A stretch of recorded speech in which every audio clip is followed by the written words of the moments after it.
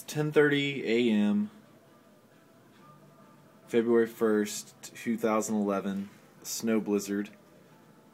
It's seemed to have slowed down a little bit. It doesn't look as bad out there. This is my first attempt at going outside since daybreak. I'm going to check out and see how bad the snow is. Get my door open here. Again, my door faces the north, so it's stacked up pretty well on there. And I can tell you it's 8 degrees here and more, and oh my gosh, it is painfully cold out here.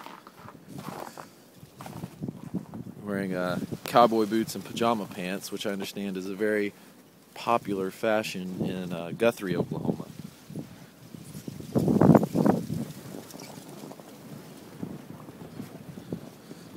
Yep, that snow comes right up to the top of my boots. Whew.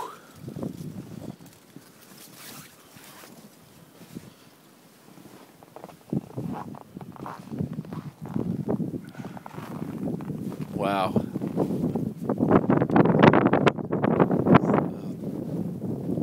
Over there I can see my neighbor's truck. Looks like they tried to get out today and got stuck. Couldn't quite make it out.